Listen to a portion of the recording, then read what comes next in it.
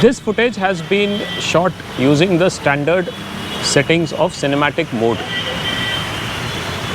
The frame rate is at 50 FPS. Rest all the things have been kept in auto.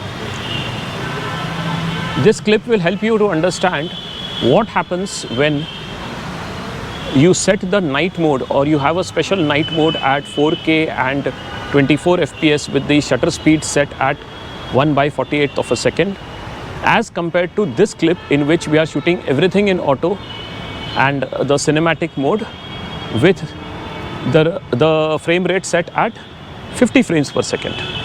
So what is the difference between these two frame rates is that at 50 frames per second, the frames coming up are too high, as a result of which you will find that the night footage comes with a lot of problems, like the video is going to be very shaky, the lights are going to be vibrating up and down, the Hypersmooth stabilization, which is set on auto boost, will have problems working out in the night time. Because it is this Hypersmooth, see, the Hypersmooth works on basis of the light. So in the daytime, the Hypersmooth performs very well. But during the night time or during the times when the light is not sufficient, it is always going to have problems doing the digital stabilization.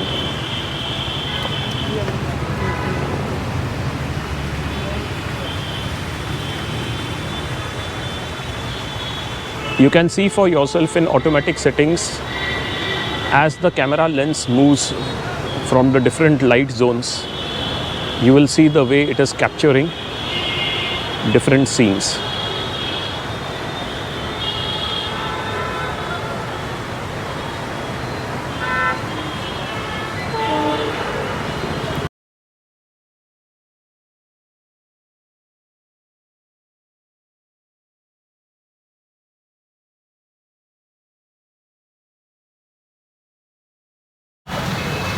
For those who feel that the GoPro 11 Black has got some underwhelming video shooting at night, you can try out the 4K 24 FPS settings and you can set the shutter speed at 1/48.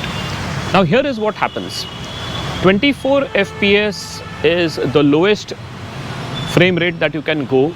It will allow the frames to capture sufficient light because the frame rate is slow, and at the same time it will help you to maintain the sharpness at 1/48, which is the double of the frame rate. What I have found is at this frame rate, you get a sufficiently good video. At the same time, you can set the sharpness, the color, like what I have done. I have set the sharpness and the color at maximum. Also, the white balance has been set at 6500K, which is the maximum limit. So in these settings, you get a sufficiently bright image without the graininess being present. What I also feel that GoPro with the ISO settings set at automatic does a pretty good job of not letting your footage go into that grainy effect. Also remember, the sharpness and the stabilization is also automatic. The stabilization has been set at auto boost, the Hypersmooth settings, whereas the lens has been taken as wide.